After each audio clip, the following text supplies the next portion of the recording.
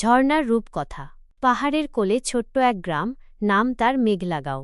এই গ্রামের পাশ দিয়ে বয়ে গেছে একটি নদী, নাম তার ঝর্ণাস্রোত। এই নদীতে রয়েছে 4টি অসাধারণ ঝর্ণা, যাদের রূপ আর গুণ একে অপরের থেকে সম্পূর্ণ আলাদা। প্রথম ঝর্ণাটির নাম রূপালী ঝর্ণা। এই ঝর্ণার জল যেন রূপালী রঙের চাদর বিছিয়ে রেখেছে চারদিকে। সূর্যের আলো যখন এই জলের ওপর পড়ে, তখন মনে হয় যেন হাজারো তারা একসঙ্গে নেমে এসেছে পৃথিবীতে। রূপালী ঝর্ণার জল খুব ঠান্ডা আর মিষ্টি। গ্রামের মানুষের বিশ্বাস, এই জলে স্নান করলে শরীর আর মন দুটোই সুস্থ থাকে। দ্বিতীয় ঝর্ণাটির নাম মেঘমালা ঝর্ণা। এই ঝর্ণার চারপাশ সবসময় মেঘে ঢাকা থাকে। ঝর্ণার জল যখন পাথরের ওপর দিয়ে পড়ে, তখন মনে হয় যেন মেঘের দল নেমে এসেছে পাহাড়ের গা বেয়ে। মেঘমালা ঝর্ণার জলে অদ্ভুত এক শান্তি আছে। যারা দুঃখ কষ্টে জর্জরিত, তারা এই জলে স্নান করলে মনের শান্তি ফিরে পায়। তৃতীয় ঝর্ণাটির নাম আগুনের ঝর্ণা।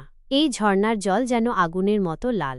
দিনের বেলায় সূর্যের আলোতে এই ঝর্ণা তেমন বোঝা না গেলেও, রাতে চাঁদের আলোতে এই ঝর্ণা যেন জ্বলন্ত আগুনের মতো দেখায়। আগুনের ঝর্ণার জল খুব গরম। গ্রামের মানুষের বিশ্বাস, এই জলে স্নান করলে শরীরের ব্যথা বেদনা দূর হয়ে যায়। চতুর্থ ঝর্ণাটির নাম স্বপ্নের ঝর্ণা। এই ঝর্ণার জল যেন নানা রঙের স্বপ্ন দিয়ে তৈরি। ঝর্ণার জল যখন পাথরের ওপর দিয়ে পড়ে, তখন রংধনুর মতো 7টি রং দেখা যায়। স্বপ্নের ঝর্ণার জলে অদ্ভুত এক জাদু আছে। গ্রামের মানুষের বিশ্বাস, এই জলে স্নান করলে মনের সব ইচ্ছা পূরণ হয়। মেঘলাগাঁওয়ের মানুষ এই 4টি ঝর্ণাকে খুব শ্রদ্ধা করে। তারা বিশ্বাস করে, এই ঝর্ণাগুলো তাদের গ্রামের রক্ষাকর্তা। প্রতি বছর গ্রামের মানুষ এই ঝর্ণাগুলোর উদ্দেশ্যে একটি উৎসবের আয়োজন করে। এই উৎসবে গ্রামের সবাই মিলে গান বাজনা করে, নাচ গান করে আর আনন্দে মেতে ওঠে। একদিন পাশের গ্রামের কিছু লোভী মানুষ মেঘলাগাঁওয়ের ঝর্ণাগুলোর কথা জানতে পারে। তারা ঠিক করে এই ঝর্ণাগুলোর জল চুরি